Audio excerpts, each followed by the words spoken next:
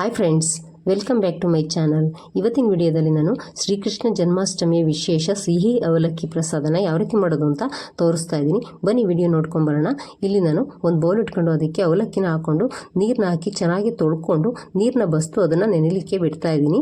ನಂತರ ಇಲ್ಲಿ ಒಂದು ಬಾಣಲೆ ಇಟ್ಕೊಂಡು ಅದಕ್ಕೆ 1 ಸ್ಪೂನಷ್ಟು ತುಪ್ಪನ ಹಾಕ್ಕೊಂಡು ತುಪ್ಪ ಕರಗಿದ ನಂತರ ದ್ರಾಕ್ಷಿ, ಗೋಡಂಬಿ ಮತ್ತು ಬಾದಾಮಿಗಳನ್ನ ಹಾಕ್ಕೊಂಡು ಅವುಗಳು ಒಂಬಣ್ಣ ಬರೋವರೆಗೂ ಫ್ರೈ ಮಾಡಿಕೊಂಡು ಒಂದು ಪಾತ್ರೆಗೆ ಎತ್ತಿಟ್ಕೊಳ್ತಾ ಇದ್ದೀನಿ. ನಂತರ ಅದೇ ತುಪ್ಪಕ್ಕೇ ಬೆಲ್ಲನ ಹಾಕ್ಕೊಳ್ತಾ ಇದ್ದೀನಿ, ಅರ್ಧ ಕಪ್ಪಷ್ಟು.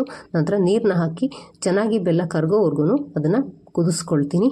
ಚೆನ್ನಾಗಿ ಕುದ್ದ ನಂತರ ನೀರೆಲ್ಲ ಅದಕ್ಕೆ ತೆಂಗಿನಕಾಯಿ ತುರಿನ ಹಾಕ್ಕೊಂಡು ಮಿಕ್ಸ್ ಮಾಡಿಕೊಂಡು ಸ್ವಲ್ಪ ಬೇಯಿಸ್ಕೊಂಡು ಅದು ಸ್ವಲ್ಪ ಗಟ್ಟಿಯಾದ ನಂತರ ನೆನೆಸಿರ್ತಕ್ಕಂಥ ಅವಲಕ್ಕಿನ ಹಾಕ್ಕೊಂಡು ಮಿಕ್ಸ್ ಮಾಡಿಕೊಂಡು ಸ್ವಲ್ಪ ಏಲಕ್ಕಿ ಪುಡಿನ ಹಾಕ್ಕೊಂಡು ಮಿಕ್ಸ್ ಮಾಡ್ಕೊಳ್ತಾ ಇದ್ದೀನಿ. ನಂತರ ಅದಕ್ಕೆ ಡ್ರೈ ಫ್ರೂಟ್ಸ್ನ ಹಾಕಿ ಮಿಕ್ಸ್ ಮಾಡಿಕೊಂಡ್ರೆ ಸಖತ್ ಟೇಸ್ಟಿಯಾದಂತಹ ಸಿಹಿ ಅವಲಕ್ಕಿ ಪ್ರಸಾದ ರೆಡಿಯಾಗುತ್ತೆ. ಡೀಟೇಲ್ ವಿಡಿಯೋನ ರಿಲೇಟೆಡ್ ವಿಡಿಯೋನಲ್ಲಿ ಶೇರ್ ಮಾಡಿದ್ದೀನಿ. ಟೈಮ್ ಇದ್ದರೆ ಹೋಗಿ ಚೆಕ್ ಮಾಡ್ಕೊಳ್ಳಿ. Thank you.